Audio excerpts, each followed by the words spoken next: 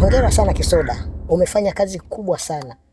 Asante sana Kiberenge, lakini bado kazi ni kubwa sana. Pia ubaya bado unaendelea na unaishi katika mioyo ya watu, si rahisi kuona kwa macho. Ni kweli unachosema Kisoda, ni kweli kabisa, lakini jukumu letu ni kuhakikisha amani inatawala kila mahala na sehemu kote, na watu wapate tabasamu muda wote. Ni kweli kabisa, lakini tulipofikia sio pabaya sana. Nadhani kazi tu iendelee. Kisoda, kabla tujaondoka, una jukumu la kumrudishia mjinga wa Mdori uhuru wake wa kuona. Lakini anaweza kumzuru Mdori kwa mara nyingine tena. Yeye sio mtu mbaya, ni tamaa za mali. Kwa sasa ameshajifunza. Sawa, nitafanya. Nashukuru Mungu kukutana na wewe shemeji yangu. Mimi pia nimekuwa nikikutafuta sana. Nakupigia simu siku zote wala upatikani. Nilibadili namba ya simu shemeji yangu. Ile ya mwanzo iliniletea shida sana. Kwa hiyo nikabidi nikasajili nyingine tu. Kumbe nimekutafuta sana yani. Vipi kwanza? Unawasiliana na Patro? Hapana. Na hii labda ni kwa sababu nilibadilisha namba ya simu. Lakini pia hakuna shida na hakuna kilichoharibika. Ila nilikuwa na mpango wa kwenda kumtembelea nyumbani kwao. Basi tutaenda wote. Kuna mambo nataka nikazungumze naye. Hakuna shida shemeji yangu. Basi leta simu nikuandikie namba yangu mpya.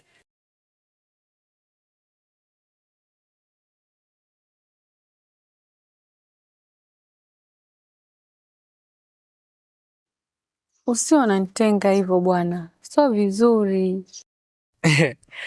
Usijali shemeji yangu, tuko pamoja.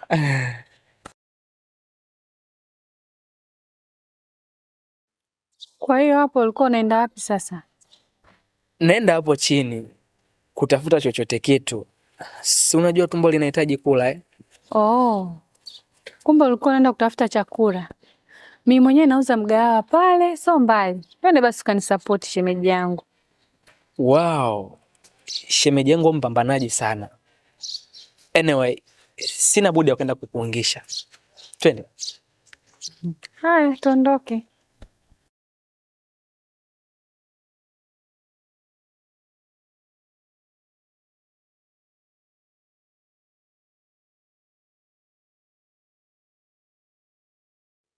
Dunia imenilemea sana wifi yangu. Nimepoteza vitu vingi kwa wakati mmoja. Moyo wangu unavuja damu. Moyo wangu una maumivu. Wifi, naumia sana, sana. Naumia. Kwa nini mimi? Kwa nini Kizibo? Uko unakoelekea utakuwa unakufuru sasa wifi yangu. It is almost 2 days unalia.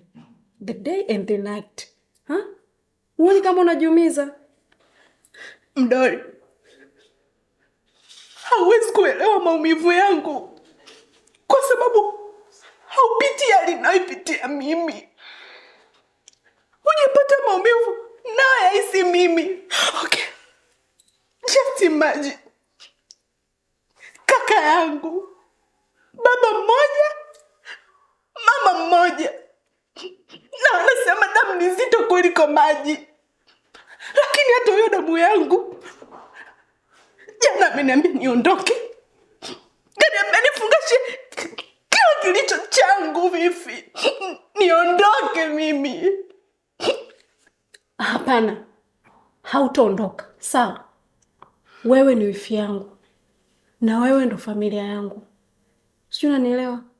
Kwa hiyo nachokuomba hapa unyamaze. Mimi nikakuletea chakula ule kisha upumzike. Asante sana wifi yangu. Asante sana wifi yangu. Wewe ni mtu mzuri. Ni zaidi hata ya baba Karobo.